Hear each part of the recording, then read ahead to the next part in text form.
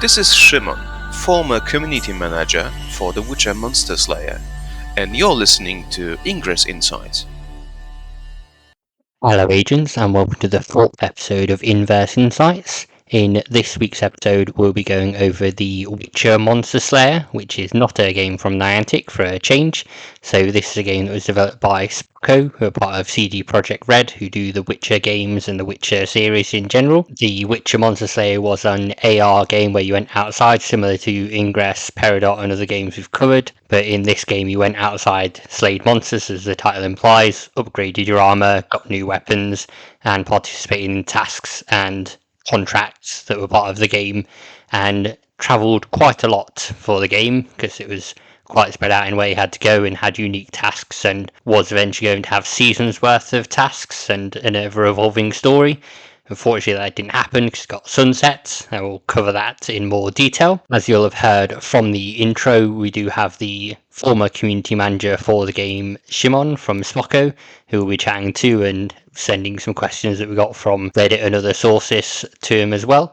So I hope you stay tuned and listen to that. But first of all, I'm just going to talk about what the Witcher Monster Slayer was and my memories of playing it, and run through a few updates on it there as well. The Witcher Monster Slayer app released on the Google and Apple stores on the 21st of July 2021. It did have a beta period before this. It is, as I've said, an AR game where you wandered around the real world, and they used Google Maps for this rather than Niantic Maps, because choices are basically Google Maps or Mapbox, I think, at the moment, for if you're not on Niantic games for a map. In the game you got a training session and battled against a dummy to get yourself familiar with how you do fast attacks and strong attacks, which were better against certain monsters and not as great against other monsters. In terms of story and lore, it was set hundreds of years before the main Witcher game series and book, so you weren't Geralt or anything like that. You were your own Witcher that you designed and had a little bit of customization to, but not much. The main bit of customization was the armor and the swords that you had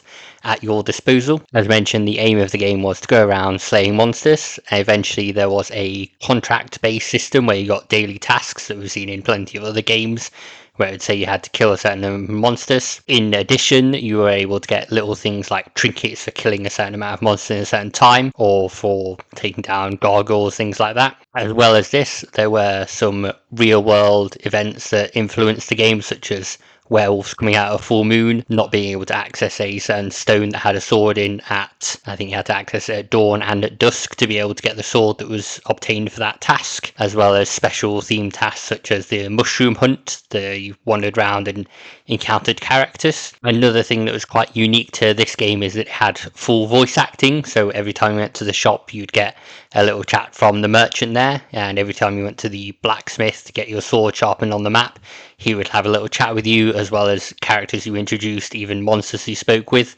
had voice lines, had stuff to say. Yeah, they were more three-dimensional than, say, Professor Willow and Pokemon Go, so there's a couple of lines that everyone skips. So that was very nice to have it all fully voice acted on there, and being able to hear the monsters making the relevant noises. It's quite a cool little thing. In addition to the swords and armor you're able to get, you also be able to craft bombs to throw at enemies and get potions as well. There were also oils that work similarly to potions, and when the game first launched, these were a single-use thing, so you'd quaff a potion, use it in a battle, and that'd be used up. But then you could choose the right sword to tackle a certain monster, or use the right attacks. As I said, there were strong attacks and fast attacks, and you were able to carry attacks back as well. There were rarities of monsters, so you got common monsters, rare monsters, and legendary ones, and the rarer they were, the harder they were to kill.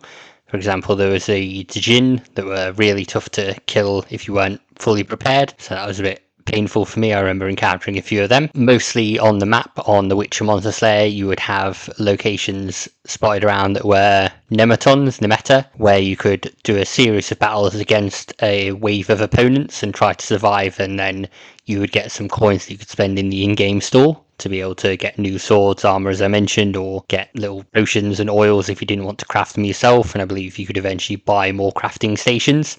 So that'd be your typical kind of run around with the Witcher Monster Slayer, go off, kill a few monsters, upgrade your stuff if you could, buy new things, and then get ready for the next tasks. As mentioned, they did introduce kind of daily task system and contracts, so these were running for a week or so, a month I think maybe one of them was, where it asks you to kill a certain number of monsters, maybe in a certain way. So throwing bombs at a lesion and then killing it, or parrying 5 attacks back at I'm trying to remember the name of one of the other monsters at the moment, and I can't, but parrying an attack back and then killing it after a certain period. So it was little things that challenged you like that, which were nice to do. There was also some minimal multiplayer elements with being able to send other witches gifts. So you would pick these and send them off to other monster slayers, and they would open them and get a random assortment of herbs that they could use for crafting, or even sometimes special items that they could do. For example, when it was Christmas time, you were able to send packages that had snowballs in, or hot chocolate. Snowballs being the equivalent of bombs and causing damage to monsters, so not a lot. And I think the hot chocolate gave you extra health for a certain period of time, so that was nice little things to send, but you couldn't do any like multiplayer battles or anything like that. I think more on that was planned, but never came to fruition. Another element I wanted to mention that I found interesting was the storyline in The Witcher Monster Slayer. So there was lots of moral dilemma points. For example, should I kill this guy because he gave me a cursed necklace? Should I follow the blacksmith when it's the night of the werewolves appearing and see what's going on there? And it allowed the story to branch out a bit, where you made choices and that seemed to affect things further down the line. Now that I've gone through kind of my initial thoughts on it, I'm going to cover a few official updates that came out from the team, including the announcement about the main release, and then go over the update that changed things and annoyed a lot of people, I think it's fair to say, and then the sunset announcement. Then I'll get into the interview. So on the 21st of July 2021, the message was posted on the Witcher Monster Slayer blog saying, "Your hunt begins, the time has come." The Witcher Monster Slayer is now available free on both Google Play and Apple Store. Grab your phone, hunt bloodthirsty beasts, and discover your own immersive stories as you build your own Witcher legend. Your path awaits, and it's got the links for downloading on Google Play and the App Store. The video that was there is now unavailable. I think it's been taken down, but I'm sure you could find a similar copy on YouTube. As I mentioned, there were a few updates to the game. So one of the main ones that people will remember is the 1.20 update that changed a lot of things. But what I'm going to do is run through the 1.10 update as well as the 1.13 update, because those were worthy enough of getting their own blog post. So for 1.10, which was on the 24th of November 2021, they said, "Greetings Witchers, we're happy to introduce the 1.10 update. We're introducing PAD, which divides the game into modules delivered in 3 ways. During installation, after installation, on demand. While in the store you will download the base model. Please be aware that extra data will need to be downloaded after downloading the game. Connecting to a Wi-Fi network is recommended. We're introducing a new monster distribution system. Every 2 weeks a new monster will join the game. We've added new weather system information where you can now see when the time of day will change by tapping the weather icon. We've redesigned the What's New system so all the latest news can be found directly in the game. We've added time tasks. Each week you'll be faced with new challenges. We've added the daily hunt, where you can kill monsters and collect 5 stamps to claim a summoning scroll. You can earn 1 stamp per day. We've updated daily contracts. You will now receive 3 contracts per day instead of 1 per day. We've added fresh herbs to Thorstein's offer. It gives you a bundle of fresh herbs. We've added a lesser summoning scroll to Thorstein's offer. It spawns 3 random common monsters around your character. We fixed the Sword in the Stone quest, where the quest failed to trigger Return to the Sword at Dawn phase. Just to explain a few of those, so the person I mentioned in the merch store before is Thorstein. That's who would sell you things on the store there in exchange for currency you could earn in the game, being the gold. The daily hunt, I think I mentioned before, where you were killing monsters and you collect 5 stamps. A summoning scroll would allow you to spawn monsters around you, so it was handy for if you need to kill a certain monster, you could make them spawn around you and see what you could get appear. Time tasks, I think I mentioned as well, where you're faced with new challenges, and they did say that they were adding a monster every 2 weeks. That did carry on for quite some time. I remember things like the haunted armor and the rat thing as being added as well to fight against. Towards the end of the game, that didn't last. It just kept repeating what was coming on, because I think they sensed the closure was not far off. But that's about it for that update. As I said, the next one I wanted to go over was the 1.13, which is just a little update on there, and then we'll get into 1.20, which I do discuss in an interview if you want to hear more on that as well shortly. This update also got its own blog post on the 8th of December 2021. So what's new 1.1.3, and they said, "Greetings, Witchers, we're happy to introduce this update. We've changed the Catacombs rarity from legendary to rare. We've fixed the bug where the marker for claiming a reward in time task will keep displaying after the reward is claimed. We've raised the default chance for rare and legendary monsters to appear in the meta. We fixed the bug regarding players not moving from the map for a device with Android 12. We fixed the bug related to the lack of an axe in the Hermit's hands in the AR view. And we fixed some minor bugs. So I don't think there's anything particularly major to go over there, apart from that people on Android 12 could actually carry on playing. So that was obviously a big thing there for them to be able to do. The changes to rarity and changes to the meta weren't massive ones, but as I said, it was worthy enough for a post about an update on there, so I thought I'd share that one. Next, I want to go over the major update that they had that they teased for quite a while. There were videos for and everything, and it seemed like it was going to be really good, and it kind of flopped. So I'll cover the 1.20 update now. So on to update 1.2.0, which was a big one. It was posted about on the 26th of May 2022, so just under a year after the game was out. Starts off, Witcher, time for another dose of challenges. Monster Slayer has just been updated to 1.2.0. This update brings a lot of improvements to make the game even better. What can you expect? We've introduced a new progression system called the Path, with which, as you reach higher levels of experience, you become stronger, unlock new abilities, alchemical formulae, and additional rewards, including chests filled with in-game currency and useful items. The way potion ores work have changed. Now they are active for a specific amount of time and don't just last till the end of the fight. There's a new system for crafting stations. Now as you use them, they lose some of their durability and eventually become inaccessible, not forever. Just remember to repair them regularly. We've introduced Witcher ranks, and as you reach higher ones, you'll find your opponent growing proportionally in strength. You'll find your character now has statistics such as attack power or vitality, and they make it possible to closely monitor just how strong the blows they deal are or the signs they cast are. You can now sell items at Thorsten's shop. We've also introduced a new currency, crystals. We've introduced a number of new monsters who will appear regularly as part of the Monster Week system. This update also fixed a lot of bugs, known problems, introduce other improvements meant to make gameplay even better. We've reduced the distance between the story's quest stages on the map. We've shortened the time it takes the candle to burn in the Sins of Our Fathers quest from 15 minutes to 10. We fixed the bug that made it impossible to talk to the blacksmith in the quest The Dark Side of the Full Moon. We fixed the bug in the Will-O-Wisp quest which caused the screen to go black after the tree was tapped. We've changed the number of trolls have to be slain to complete the quest Monster Slayer. We've fixed the bug which caused the Intruder quest not to progress after the Frightener body has been examined. We've changed the amount of damage blocked by Paris and Perfect Paris to 50% of the attack value. We fixed the bug with the range scroll which caused it not to increase the interaction range. We fixed the bug with the summoning scroll which caused the monsters not to appear or appear outside the interaction area. We've changed the occurrence frequency of the Leecher from common to rare. We fixed the appearance of the sword in the Sword and Stone quest. We've introduced the occurrence frequency of mushrooms, changed the number of mushrooms needed to complete the quest, and we fixed a balance in the quest The Great Mushrooming.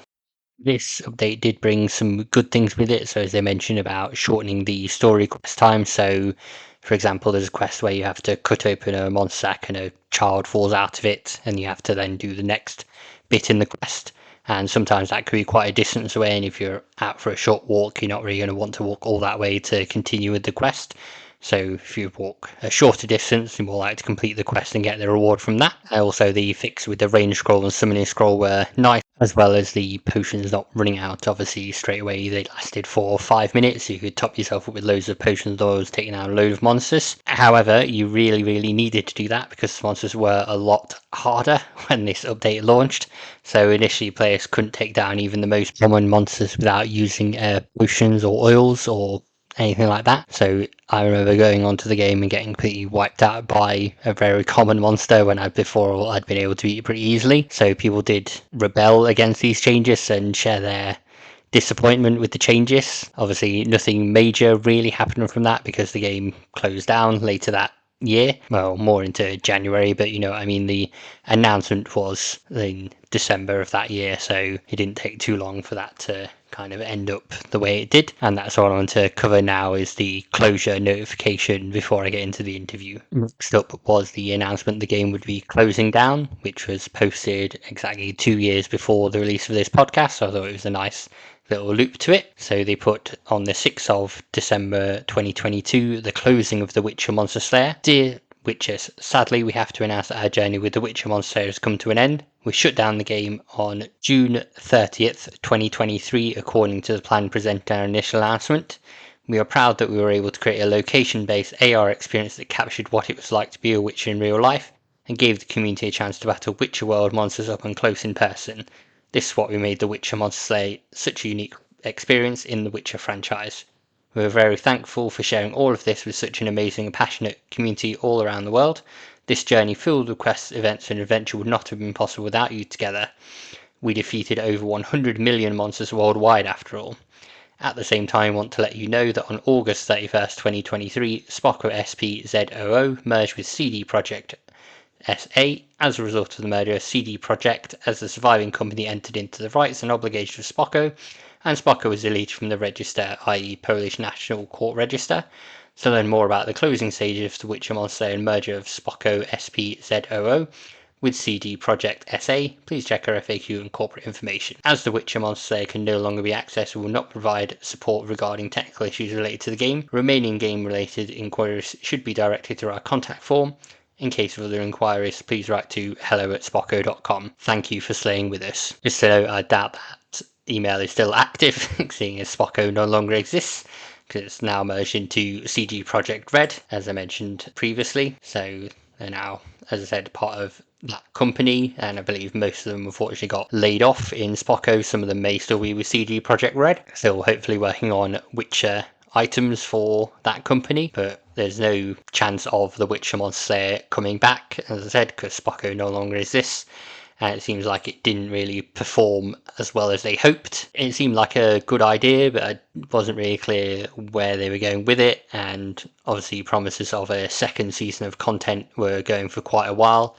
I understand it takes time, especially with them doing all the voice acting, but I think people were just waiting for something to happen that never really did, unfortunately. That's about all that you need to put with for Witcher Monster Slayer chatter from me. So what I'll do now is get into our interview with the former community manager for the Witcher Monster Slayer next up, and then I'll wrap things up at the end of the show. Hello, agents. Welcome to a special section of the Ingress Insights podcast. This episode being about the Witcher Monster Slayer, so our first non-Niantic title that we're discussing this time around.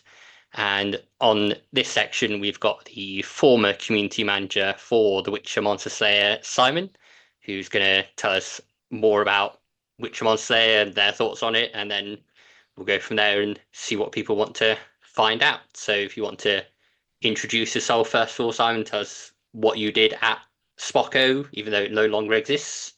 Yeah, so hello everyone. My name is Szymon, but everyone can call me Szymon.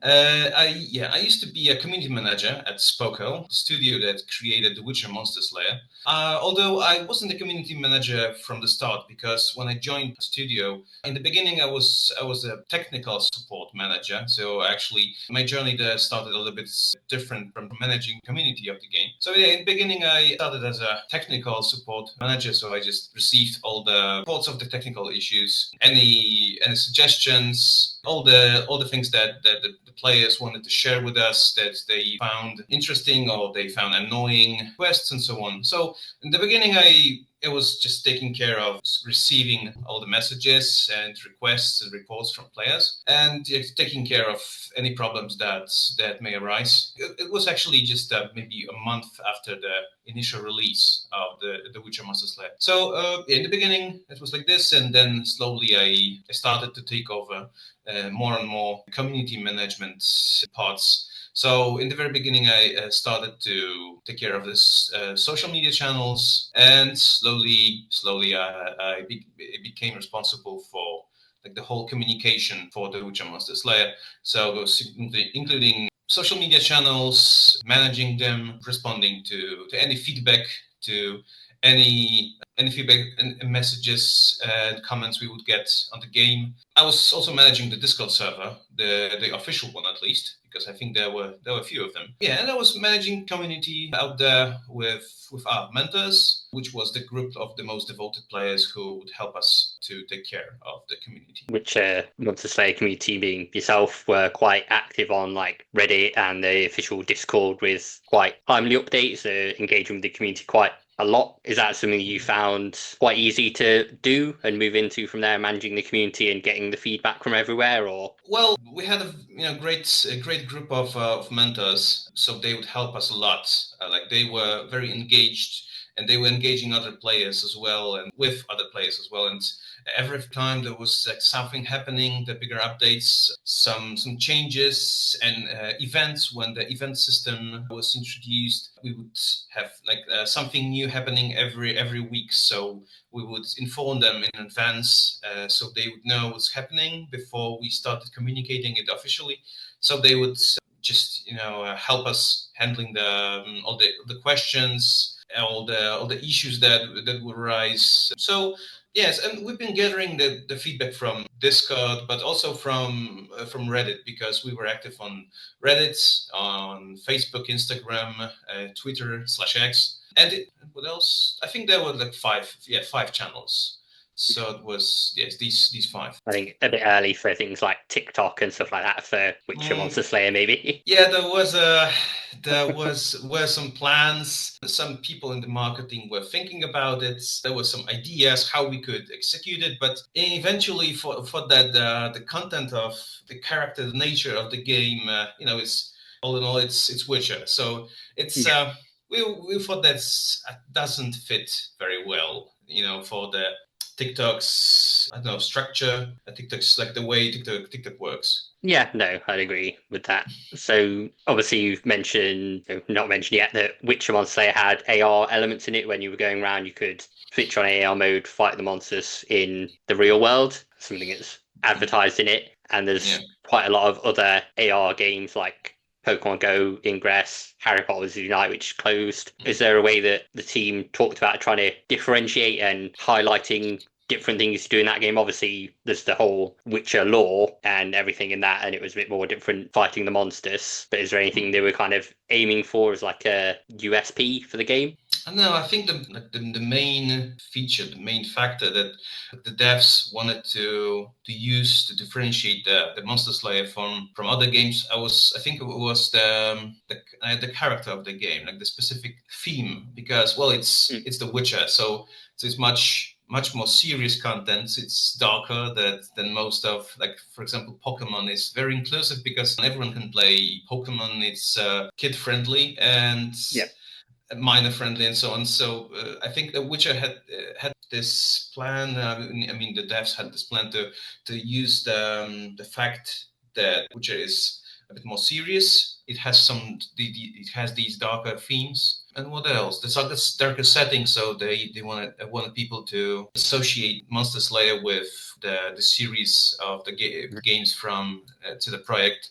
So these are very serious games, and they are mostly for older more mature players. And what else? I think that also the fact that the location-based technology was also used to tell more serious stories, because the campaign, the single player campaign. The game in general was single player, but the story that wanted to be told, it was also more serious than more in different games. And I'm not sure how it does look in other location, like AR games, but in Monster Slayer, like the specific locations, time of day, and the weather, they had very significant role in the progress and in finding very specific various monsters. So some part of the game you couldn't just experience it if you didn't go out and just explore the outside, because some monsters would be found only by the rivers and the lakes. Some of them would appear only during the rain or snow. Yeah, we had werewolves every month during the full moon and so on. So I think I was gonna say, just talking about that has made you remember.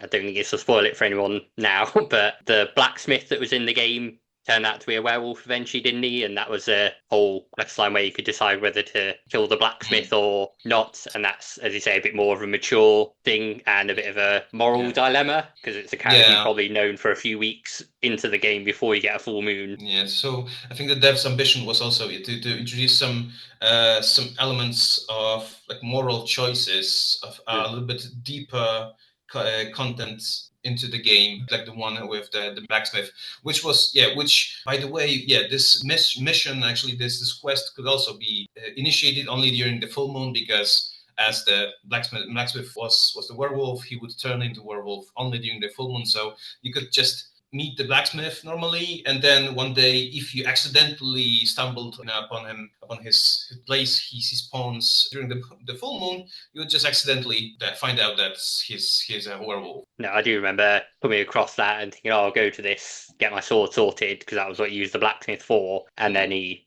wasn't there, and then it was like, now go and track him down, see where he is, and then you get the choice there. And thinking, I know there was another moral dilemma bit that I remember where you go to meet a character and they give you a curse by giving you an item, and then you can decide whether to then blame them and kill them or accept it and try and figure out how to get rid of the curse from there.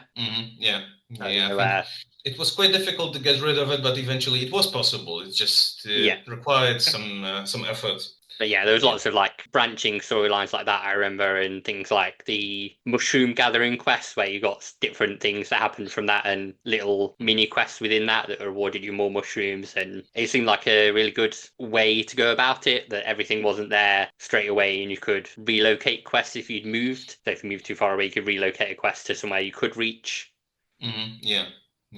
So and with mushrooms it was also a bit more complicated, because there was this part when you could decide whether to take away the mushrooms from one person, or just keep collecting them by yourself. And there was some like especially hard ending to this. Not remember, but I think there was some very strong monster at the end. If you want let's say the more morally acceptable way, you chose. So like it shows this path of being righteous. It was a little bit more difficult at the end, but there was also a bigger prize, a bigger reward. Whereas I guess if you were a bit more morally grey in what you'd done on that quest, it would be a different ending to it.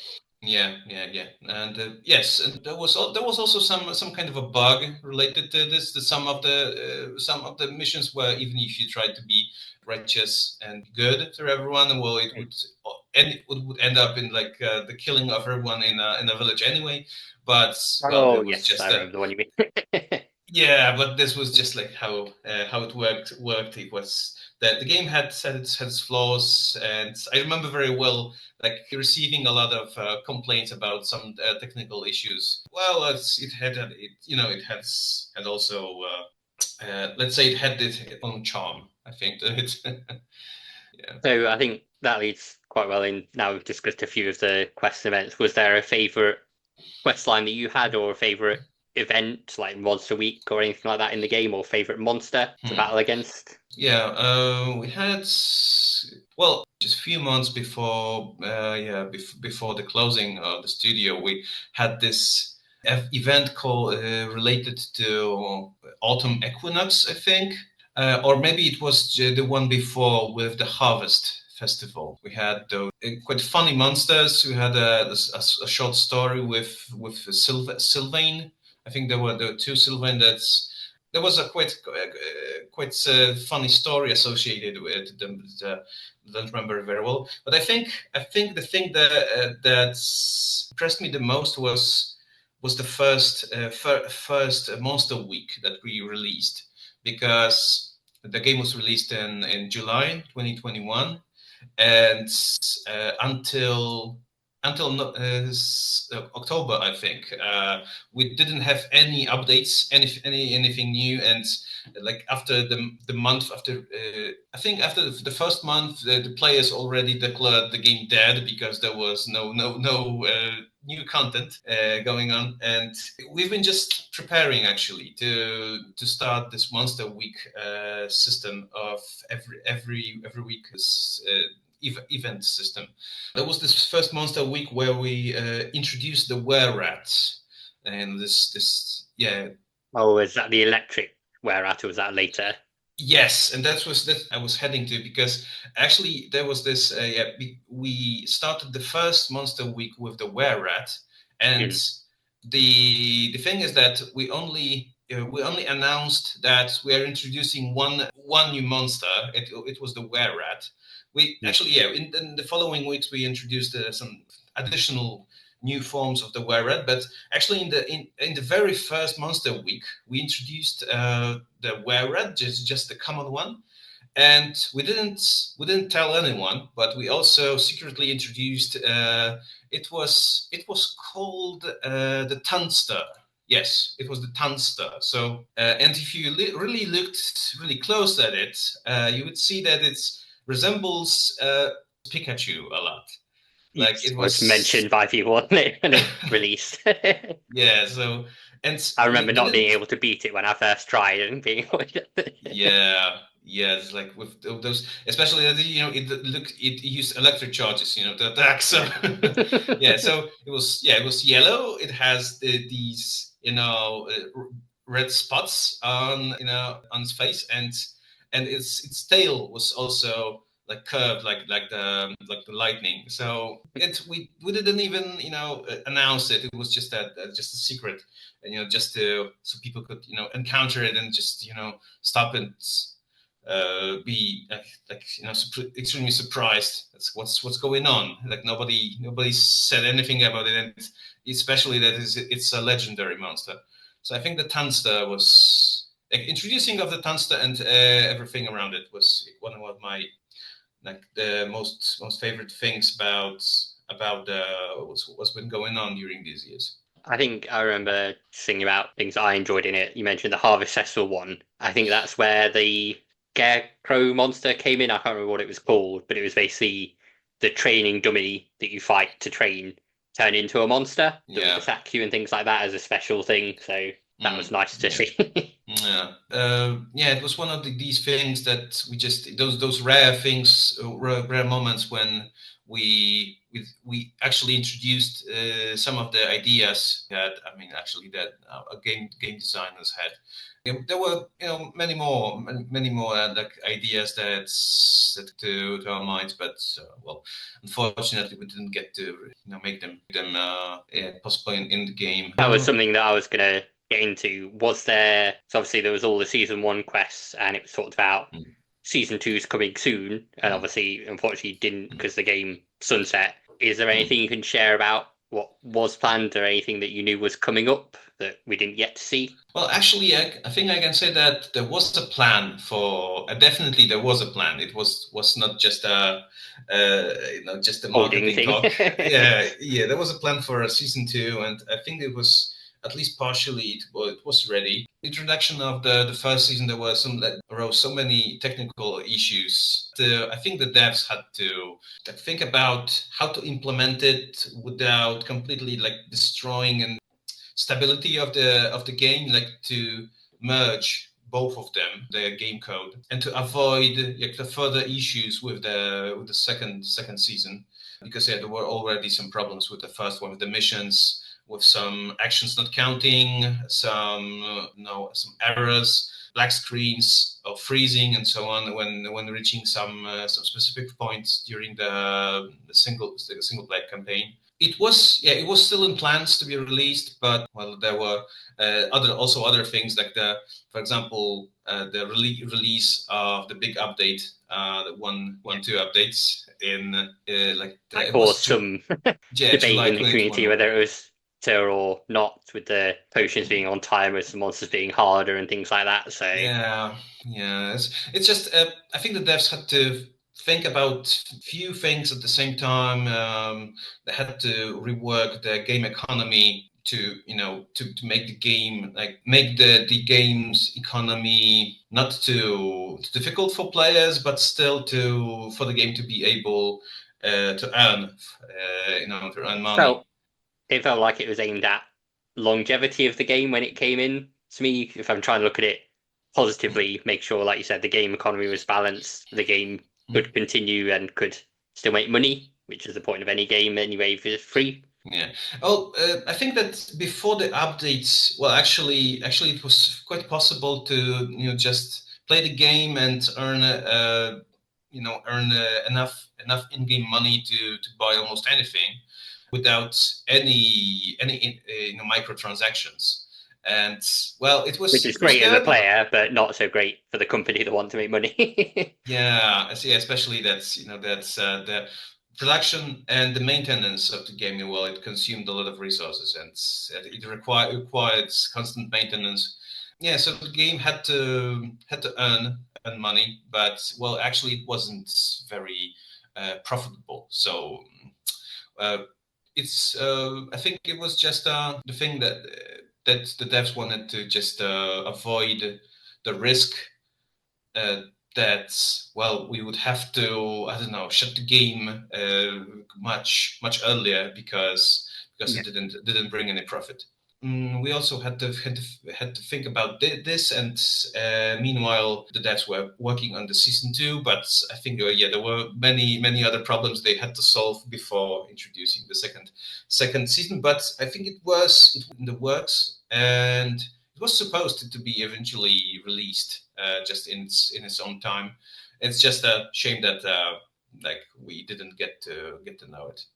And were there any multiplayer campaigns played? I know the game was mostly single player. It was maybe mentioned way early on that maybe in the future, but I don't know whether that materialized further than that.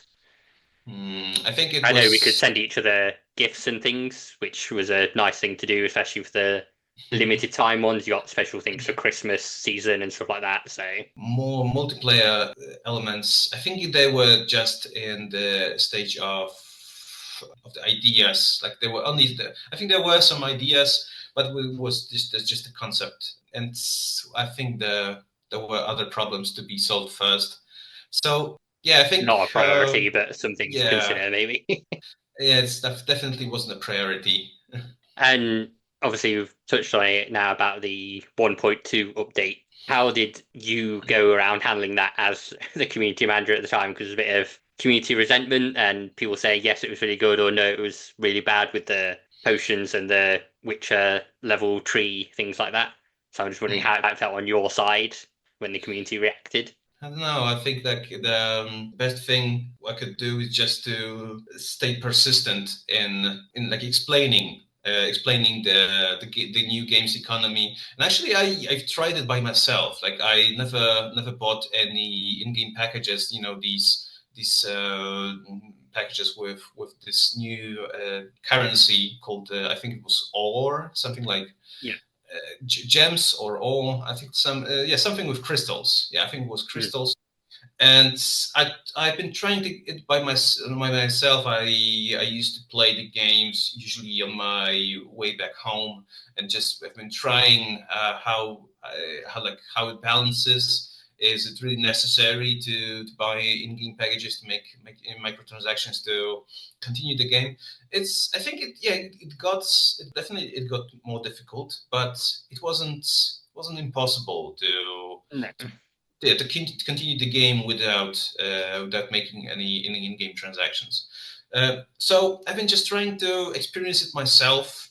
Put myself in the player's shoes. I don't know. I think it just required patience and persistence to keep explaining how everything works now, Mm. and it's not necessary. It's not like pay to win, although pay to win No. applies to mostly multiplayer games because well didn't even have any multiplayer elements. So you could still like win most of the fights without necessity of buying in-game elements like Gifts potions, and yeah. bombs, and so on. Yeah. No, I think I didn't spend any money on it either. So I think I got by doing free to play, but it's just a case of me knowing what monsters I could fight and then figuring out, okay, to kill this monster, I know I need X potion.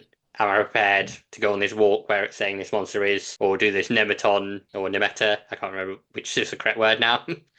But doing those battles and seeing how far I could get, even to earn the gold for that, was worth it if I knew I could do it with a couple of potions and some bombs. So Yeah. So it definitely, like, the one to updates main reason was to make Monster Slayer a little bit more similar to games that use microtransactions to speed things up instead of let the people enjoy the game. It was fairly easy before the update, and it just got much much more difficult. yeah, but I don't think that was necessarily a bad thing. It meant more time spent on the game, I guess, from Smocko's side, more daily active users, that kind of thing, potentially on there, and then potentially some spend. Right, I think that's about all the questions I've got. I've got 3 questions that come from the community, if you're all right to go through them. Yeah, sure. So I'm going to make sure I get these names right. So this one was from a user called Johnny Real Love. So I just read it. We may have gone over this already, but they said the questing in the game seemed much more refined compared to games like Pokemon Go, etc. That must have taken a lot of time and effort. Personally, my favorite part of the game. What were future plans for quests, and where was the story eventually going to lead? Developing the story, the campaign, also it took quite a lot of resources and time. It was also the fact that it was delayed so much because there had to be some animations had to be recorded, the You had all the cinematics. voice acting and everything, didn't you, for most of the Yeah. scenes? Yes, especially voice acting, because I think we've been using some actors from England. I think that we would just record them in the other studio, and yeah, this has to be coordinated, of course, and prepared at Spoko later on, and the cinematics, all animations, and it had to be coded well. So it took and implemented in the game system, and that's probably was the reason why there were like these bugs that people could encounter during the gameplay, because it took some So many steps to get it into the game, and so many things it where it could was go wrong. quite difficult, and there were issues that eventually were almost impossible or impossible to solve. That's why like we had so many reports about it, and yes, and about the story. I think it was supposed to revolve around this masked stranger. It was Oh yes, this I remember that. Yeah, it was this character that appeared, I think, somewhere near the end of the story. We would follow this, how it's going to end up, or how the story is going to continue with this character. I don't remember, because I only remember some parts of the story, of the design story, and not I don't have any details about what were the future plans for Quest in the future. Well, I can unfortunately I won't be able to explain that in detail. I only know that the main story was supposed to be continued. There were some quests around this masked stranger. I'm assuming, just for my own thoughts, that things like the mushroom gathering quest and the special seasonal quest would have popped back around and maybe evolved stories there and seen those characters come back in. And as far as I remember, there was also a plan to implement these seasonal activities that would also have slight story to them. So we would, the players could, for example, start some side quests that are not related to the main campaign, and they would just appear and disappear during some like event, I don't know, event activities. So yeah, something like this. So it's sort of like, I know in Pokemon Go you get time limited research, so it's like complete all these stats within 2 days for Halloween or whatever. So it would be similar to that. I think so. I'm not very familiar with these, but I think it was supposed to be some short stories, something like side quests that would appear and were like time limited. Okay, yeah, sounds good. All right, I've got another question here that I think we've covered over, but anything else going from there? So this is from Specialist Act 5647. asking, did the team feel the same way most players did about 1.20, that it pretty much downgraded the game in terms of enjoyability? I don't know. We spent quite a lot of time, at least our devs and designers spent quite a lot of time on discussing all the changes. And I think them experienced it a little bit different. Like they thought, because probably because the fact that they already knew the whole structure of it, like how everything changes. And well, that when we released updates, I think the players in the very beginning they just experience like a small part of the update, and they've been just gradually uncovering all the elements. And I think in the beginning that like I think they felt the way they felt because in the beginning they just saw the part of the whole economy, the new Didn't economy, have the and whole picture yet.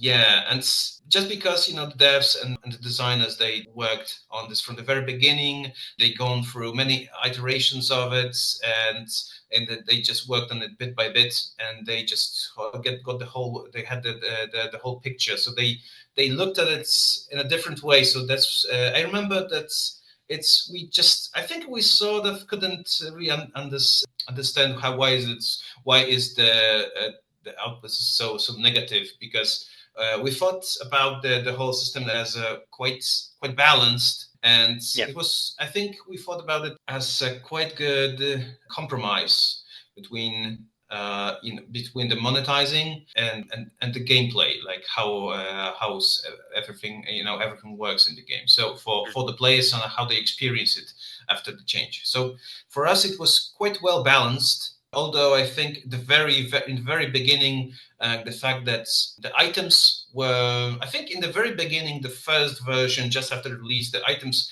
I think they were very overpriced, and this was quite a big mistake because I think they were way too expensive in the very beginning. But later, after these few days of optimizing, we thought that it's quite fair. So I think that the reactions were quite different from the fan base. Yeah, no, thanks for that. And then just one final fan question out from Beep to Beep.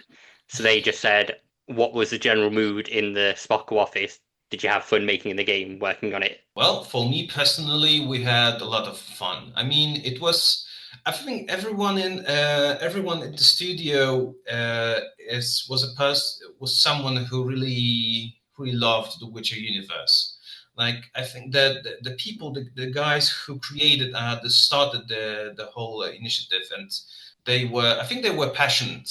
And then I think that they wouldn't be able to convince the CD Projekt, because Spoko was a part of the CD Projekt family. They wouldn't be able to convince the CEOs to let them start a completely new game studio under their wings, without convincing them that they are the real fans of the universe. And I think it could be seen in the story, because for me the story had some really good parts. I think it was really well written, for me at least. And we had a lot of fun, especially when designing new monsters and events for the next monster weeks and the events for some holidays and so on. So yeah, I think we were great. I think quite a team that understood each other, and I really enjoyed working with these people. And thinking about, obviously, unfortunately, sunset, what was the mood in the office when that news was received, and how did you plan through that and obviously communicating that to the community? I remember that we had to. Yeah, I think this was. We communicated shutting down the game, the closing of the game at the same day as I found out, because it was really sudden. We Mm. was I think it was 6th of December, and it was the same day as we communicated. It was the day we learned, we was told that unfortunately the studio has to be closed because, well, the whole group just has a little different, created a different strategy to develop their products for the next years.